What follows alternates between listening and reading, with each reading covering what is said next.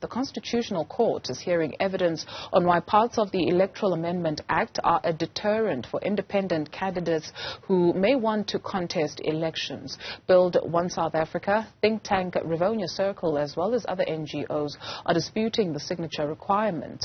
The parties say the formula for allocation of seats is a deterrent and does not allow for new entrants to do so on equal terms.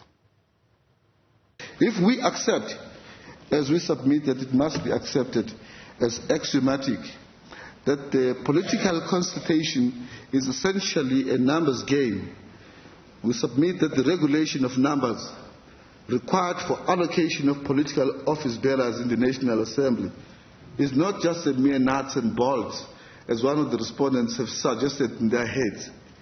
It strikes right at the heart of the voters' right to elect and to choose who will represent them in the public bodies like the National Assembly. And therefore, if a formula or formulae devised by Parliament to regulate political contestation is lopsided against the independent candidates and in favor of political parties, we submit that those measures constitute a pernicious abridgment of independent candidates' rights to a fair contestation in elections between the parties, and expect in this case that the 200 split that is envisaged in the Amendment Act would require independent candidates to achieve a quota substantially higher than a quota required of political parties. You'll see this, Chief Justice and Justices, in the joint report prepared by experts, particularly paragraph 17 of the joint report, where it's recorded without disagreement that at a 200-200 split, the quota for independents is substantially higher than the effective quota of parties. Okay, let's speak to Terry Silane. He's with the Institute of Election Management Services in Africa. We're also joined by Professor Daryl Glaser, Political Studies Professor at Wits University.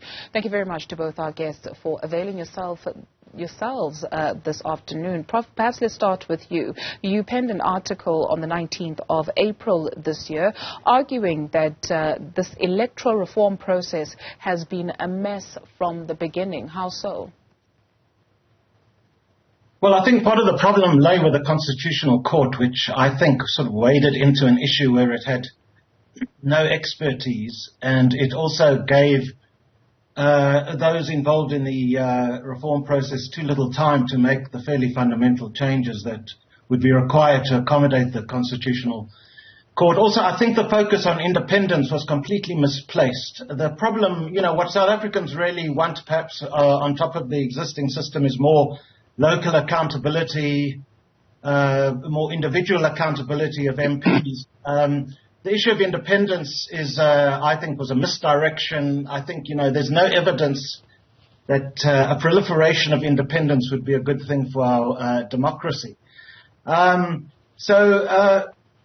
Basically, what's happened is that the government had to find some way of accommodating independence, and it went for a minimalist approach. I was part of the Ministerial Advisory Committee that advised the government as a principal author of the majority report that advised some version of local government, the local government model for national government.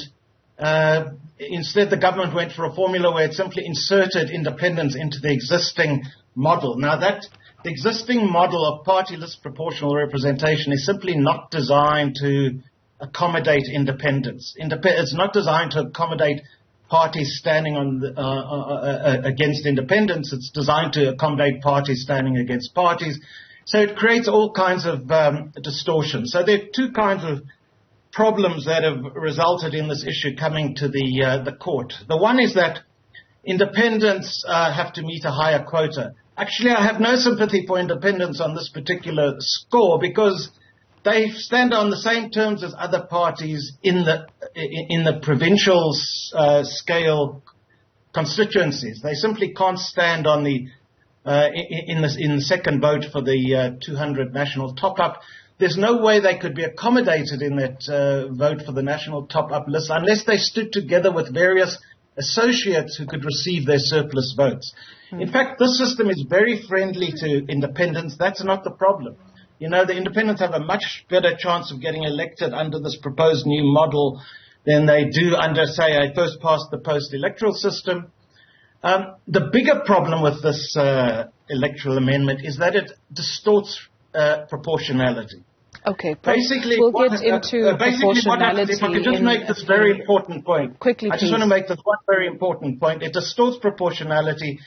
No matter how many votes an independent gets in the country, they only get one seat.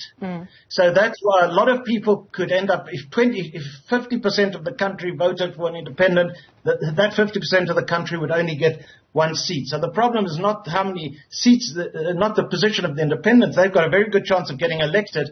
It's all the excess or surplus votes that go to the independent that will get wasted under this proposed system if an independent gets lots of votes. One of the justices at the Court actually pointed that issue out, asking whether independents are going about this application in the right way and whether they should be arguing differently, more pointedly to that point. Mr. Tselane, please help us understand. So the Electoral Commission of South Africa is essentially arguing that lowering the supporting signature requirements for the independent candidates to run in next year's election from 10,000 to 1,000 may compromise the fairness of what is expected to be a hotly contested ballot. Do they have a valid argument? Well, I really don't think so, in a sense that I think what the IEC is trying to prevent is a situation where you will find extremely high number of individuals contesting as individuals because the entry level has been lowered to the extent that any person who's got the resources can actually be able to participate. But remember that this is not the only element that is being used to deter basically those who are not serious players. There is also a fund, rather the amount of money that would be required for a person to contest the election. And then therefore these two elements must not be seen as though they are two separate issues, but as one aspect that deals with the issue of entry to participate into the electoral processes. Mr. Tselane, is this an issue that is new, in particular on the continent, based on the work that you do? If not, how have other countries dealt with it? It's not the first time that countries are dealing with this. In fact, all over the world, the issue of entrance to participate in the electoral process is managed both through the number of votes required or the number of signatures that are required to participate, as well as the money that is imposed on those who are contesting the elections. It's been happening in South Africa for a long time. You may recall that during the time when EFF started and contesting the elections, they did raise issues around the amount of deposit that is required. So at the moment, it is actually the quantum that is required in order to get the signatures to participate in the elections.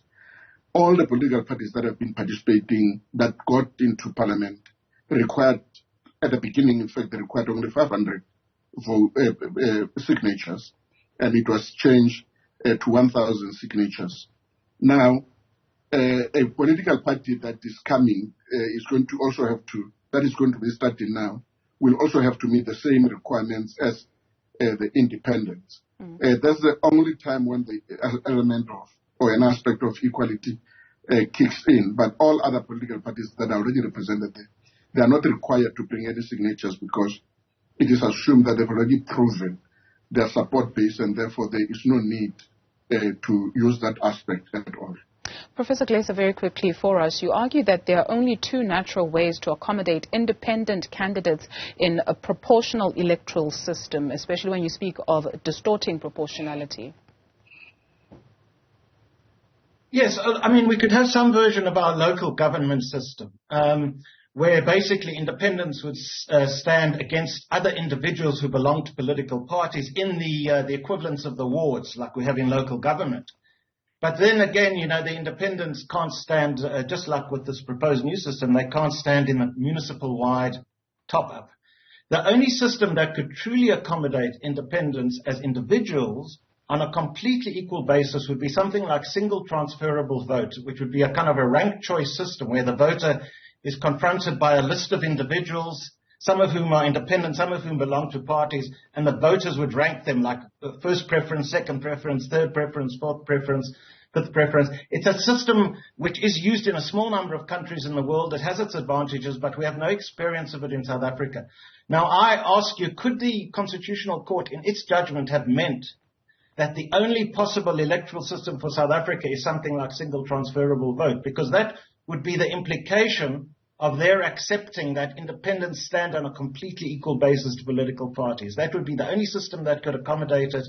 And I think, and that would require some fairly radical change to the electoral system, which we're not contemplating at the moment. Perhaps we'll contemplate it at some point in the future, but that's not where we are at the moment. Mr. Tselane, very quickly for us, because the IEC is also worried that it will have to redesign the ballot to include either a second column or a second page.